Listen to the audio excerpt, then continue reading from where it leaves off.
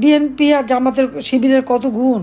তারা গরু চুরি করে, মানুষের ঘর লুটপাট করে নিয়ে যায়, সব কিছু দখল করে নিয়ে যায়। এই দখল করা, চুরি করা, এই ব্যাপারে তারা যে কত পারদর্শী সেটা এবার দেখতে পাচ্ছেন। অর্থাৎ আওয়ামী লীগের নেতাকর্মীদেরকে সম্পূর্ণ নিঃস্ব করে দেওয়া, অর্থনৈতিকভাবে পঙ্গু করে দেওয়া, মানসিকভাবে পর্যদস্ত করা, তাদেরকে ধ্বংস করে দেওয়া, এটাই হচ্ছে ডক্টর ইউনূসের এবং এই জামাত, শিবির, বিএনপি এদের একমাত্র লক্ষ্য।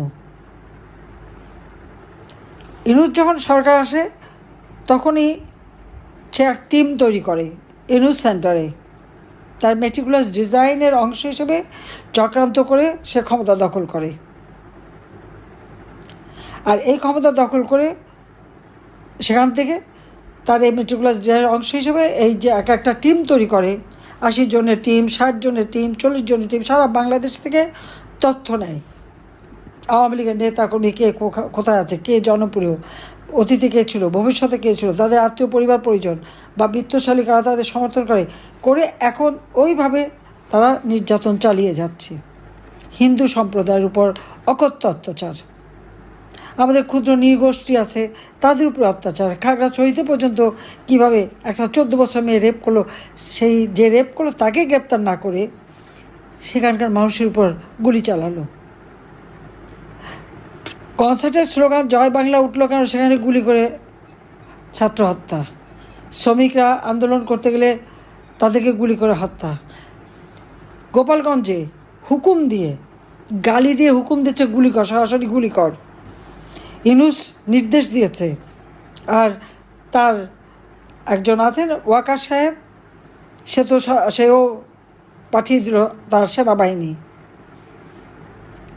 আমারই হাতে কেনা সেই সাজোয়া যান, সেই সাজোয়া যানের মধ্যে ভরে দিয়ে গুলি করতে করতে মানুষ খুন করে 4 জন স্পট ডেড, একজন পরবর্তীতে আহত মারা গেল, আর প্রায় 300-400 নেতাকর্মী আহত। আর আহতদের বিরুদ্ধে সবার বিরুদ্ধে মামলা। টুঙ্গিপাড়া, গোপালগঞ্জ, কাশিয়ানী, মকসুদপুর, কোটালীপাড়া সকলের বিরুদ্ধে মামলা। 10,000 নেতাকর্মীর বিরুদ্ধে মামলা দিয়ে একেবারে সে জায়গাটা শূন্য করার চেষ্টা করলো। কেন? অপরাধটিকা তাদের। এখানে গুলি করে তাদের মারতে পারলো। আর এখানে যখন যারা এইভাবে অপরাধ করে, মানুষকে প্রকাশ্যে পিটিয়ে পিটিয়ে হত্যা করে, যখন প্রকাশ্যে মেয়েদের উপর পাশবিক অত্যাচার করে, কিন্তু ওয়াকার সাহেব তার মেয়ে আর বউয়ের সাথে যদি এরকম হতো সে কী করতো তাহলে? বা